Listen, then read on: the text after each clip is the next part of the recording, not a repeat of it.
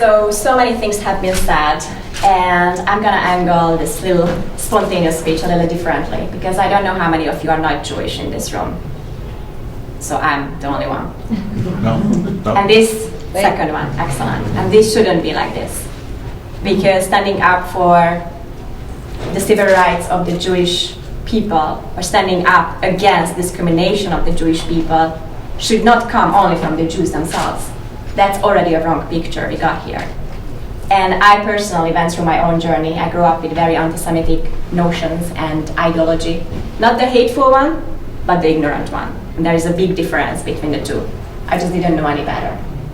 So when we talk about education, and that has been said so many times, we also need to acknowledge that change doesn't happen overnight. And we need to be patient a little bit.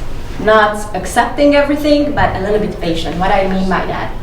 Not every comment that comes across as anti-Semitic remark was said with the intention to be anti-Semitic. So I personally don't believe in canceling people immediately. When it is a returning narrative, especially from someone with an influencing clout, yes, we need consequences. But when your neighbor says something, try to understand whether it comes from ignorance or actually hatred. I always say that what changed me and my life, obviously, was going to Israel and going to Shabbat dinners, from Rosh Hanikra to Netanya, in Herzliya, in Jerusalem. So for me, that was my changing factor. You can't take everyone to Israel, but you can always invite your neighbors for a Shabbat dinner. And you don't know how that little thing is going to affect the next generation. Education in schools is not enough. We know all the challenges.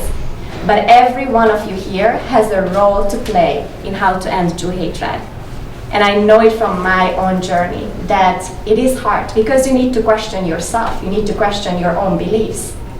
So also you need to ask yourself, how many times you are doing that yourself, So before we cancel another person, we need to look into ourselves. Are we ready to question our point of views? And if someone is growing up with the stereotypical Jewish views and Jewish jokes, we need a little bit of time to overcome that for the person to grow. So for me, to be as a non-Jew and be part of this movement and this event is more than a privilege, it's also a responsibility. Because when I walk away from here, I know that my role and my job and my work doesn't end here.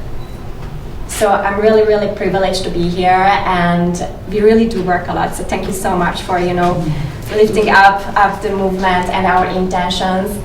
So, I'm not going to say more because everything else was said. I just wanted to end my little angle here, and I hope you take something with you from that. And let's end Jew hatred together.